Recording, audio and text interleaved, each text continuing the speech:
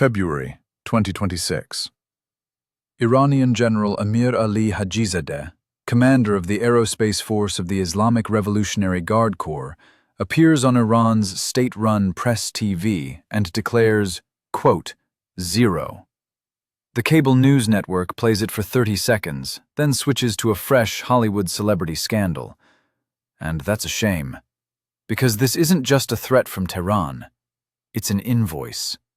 A bill for 20 years of American policy in the Middle East.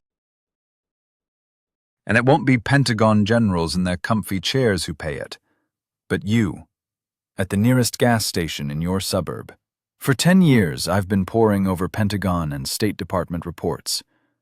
Do you know what they write about so-called deterrence? Blah, blah, blah about stability, about global order. But in reality, deterrence is when your adversary knows precisely any attack will be met with a retaliation you can't escape. Like in a street fight, you don't just stand there, you show a knife. But what does Tehran see today? Troop withdrawals, frozen arms deals, a Secretary of State who flies anywhere, to Kyiv, to Taipei, to Brussels, just not to Riyadh or Abu Dhabi. Iran draws a simple conclusion. These guys are abandoning us. Do you feel the irony? We spend trillions on global leadership, but in reality, we leave our allies and our soldiers to fend for themselves. It's like inviting a friend to a bar, then leaving him alone with an angry gang. Why will it explode precisely now, in 2026? 2 reasons, straight out of a textbook. First, Tehran sees Washington burning on all fronts, Taiwan on the brink, Ukraine devouring resources, the national debt exceeding $40 trillion. Second, it's an election year in the States. In such a commotion, it's easiest to cut corners, to reduce, quote, 3 bases in the desert to save on campaign promises. This gap between loud speeches about, quote, 4 and quiet sabotage is the scenario of America, quote, 5, its commitments. A concept from a 2023 Rand Corporation report. When allies and citizens abroad stop believing Washington's guarantees, the entire security architecture collapses. Like a house of cards. Let's forget the hysteria on air. Let's, like proper investigators, collect the evidence. I'll give you 3 verifiable signs, 3 facts from documents that prove this isn't a conspiracy theory, but a diagnosis. The first sign is the most painful. Money and blood are draining away. What's left in their place? Watch closely. Sign 1. Military. From 2020 to 2025, we withdrew 35,000 soldiers from the Middle East. That's from 80,000 to 45,000. Almost an entire army, scattered around the world like unwanted luggage. Simultaneously, attacks on our remaining bases in Iraq and Syria tripled. Watch closely. Washington broadcasts. We are shifting to a smart, asymmetric presence. I'll translate that from jargon to plain English. We've run out of money and nerves for a large army, so we're leaving a handful of guys as bait, hoping the enemy will be scared stiff by our drones from the sky. It's like posting 1 cop in an entire slum and saying, "He has a radio, he'll call for backup." The neighborhood will quickly figure out who's boss and start testing the radio's durability. I personally dug through these U.S. Central Command reports from 2025. Open any one. The shelling of Ain al-Assad base, the missile strike on Al-Tanf, and the reaction from the capital? A boilerplate protest note and silence. No carpet bombing in response. The message to Tehran is crystal clear. Hit our guys, and you might get away with it. Iran swallowed that and spat it out with the general's statement in February 2026. Do you feel the irony?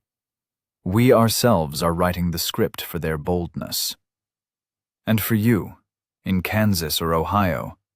Your son or daughter in service is now on a powder keg with a leaky umbrella. The risk of a major war is growing. And the trillions that could have gone to your roads and schools will fly away on emergency missiles. This isn't an abstraction. This is your gas price soaring when Hormuz boils over. But that's just the first sign. The second is about diplomacy, which leaves more quietly than it arrives.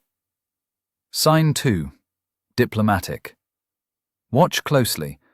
The number of visits by the US Secretary of State to Saudi Arabia and the United Arab Emirates has plummeted by 60%. From 2024 to 2025, this isn't just a scheduling gap. These are empty chairs at summits where the fate of oil and borders is decided. And where does our chief diplomat fly? To Kyiv, to Taiwan, to Brussels.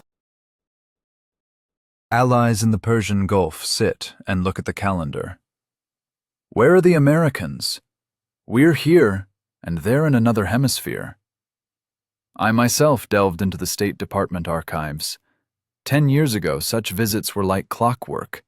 Negotiations, handshakes, new contracts. And now? Silence. Attention in high politics is currency, just like in your neighborhood. If you stop visiting a business partner, don't call, he thinks, quote, 10. And when China is prowling nearby like a hungry wolf, and Iran is sharpening its teeth, this signal is like a red flag. Diplomatic ignoring is a quiet betrayal, without fanfare. Do you feel the irony? We built alliances on trust, and now we're undermining it ourselves. Let's test it.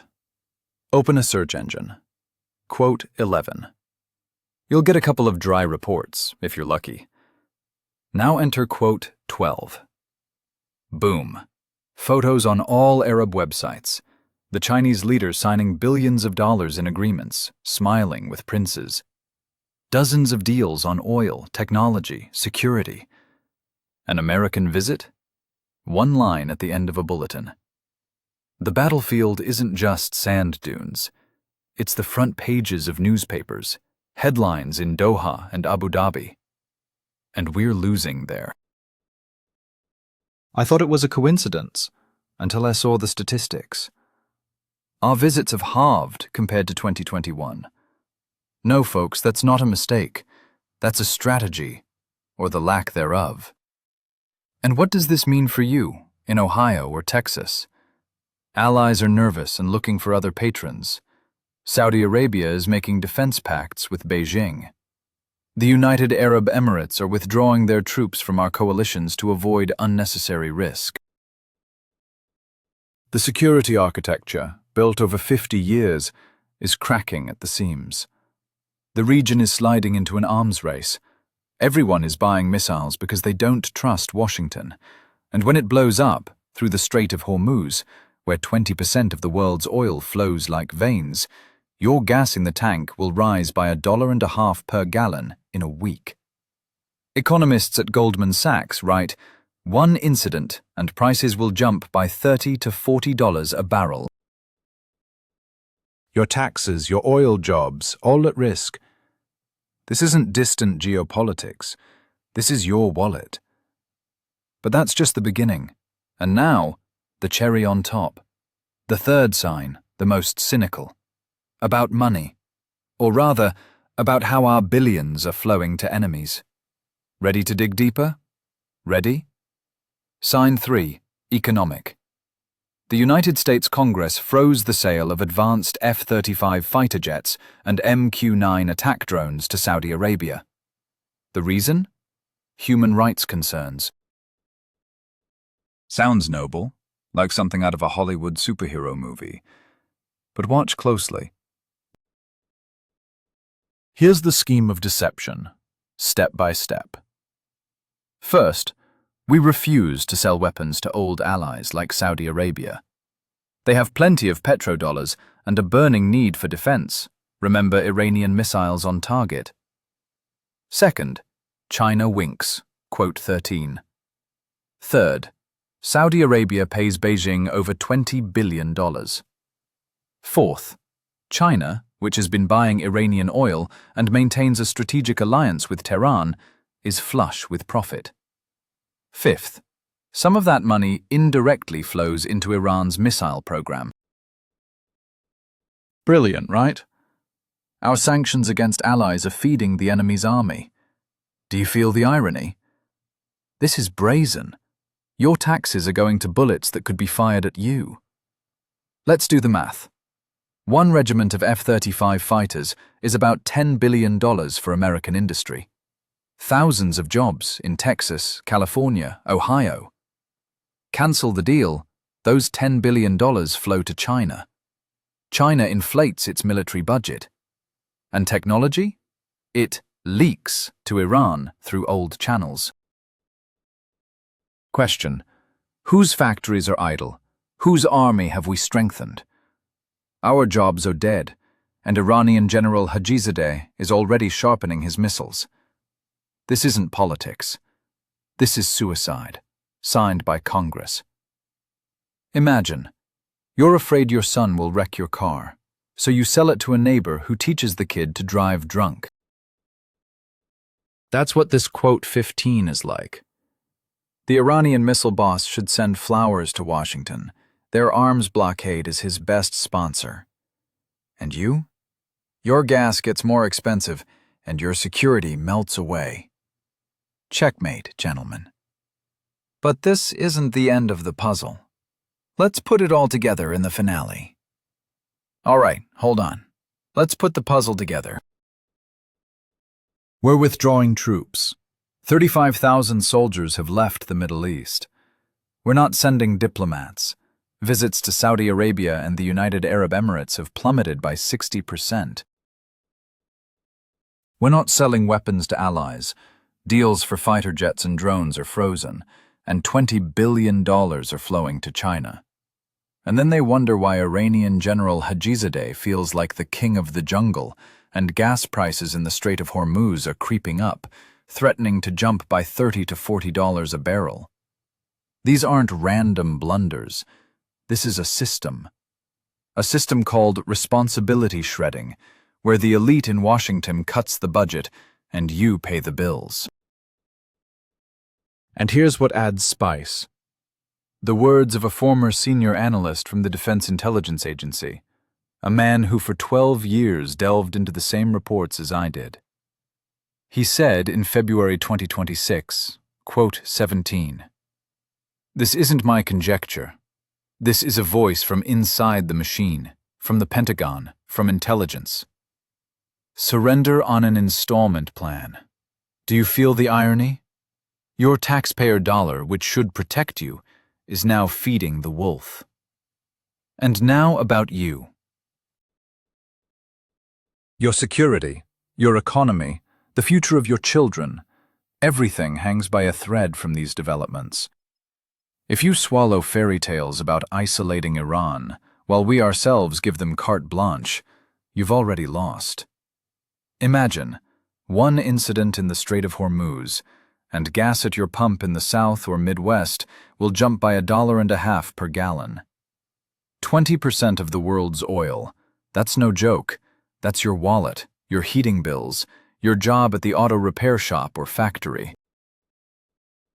Your task is not to panic like cable news. Your task is to demand answers. Why, by withdrawing troops, did we not reduce the threat, but ignite it? Where are the billions saved on desert bases going? Watch closely, people. This isn't a war with Iran. This is a war of your elite against you. Subscribe to Dig Deeper together. I'll be sifting through Pentagon documents and State Department reports, and you asking tough questions to congressmen and at rallies. America's strength is not in the empty cry of quote 19. Strength is in a sober look, seeing where you've already been written off and turning the tables. The final question for today: what's more terrifying for us? Iranian missiles on target, or our own convenient blindness? Pause. Think. and act.